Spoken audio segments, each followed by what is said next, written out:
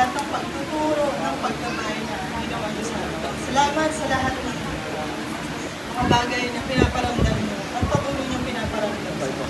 Mahal na mahal ko.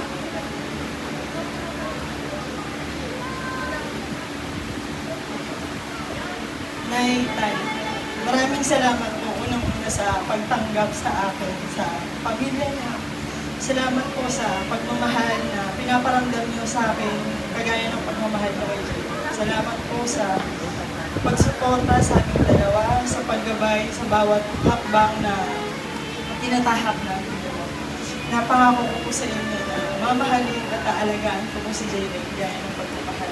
Hindi ko man po matumpasan yung pagmamahal na ginagawa niyo para sa kanya. Hindi ko po hahayaan na mapaghiwalay po kami ng kahit anong pagso. Salamat. Okay, palampakan po natin ang Panginoon. Si Jem naman, sa kanyang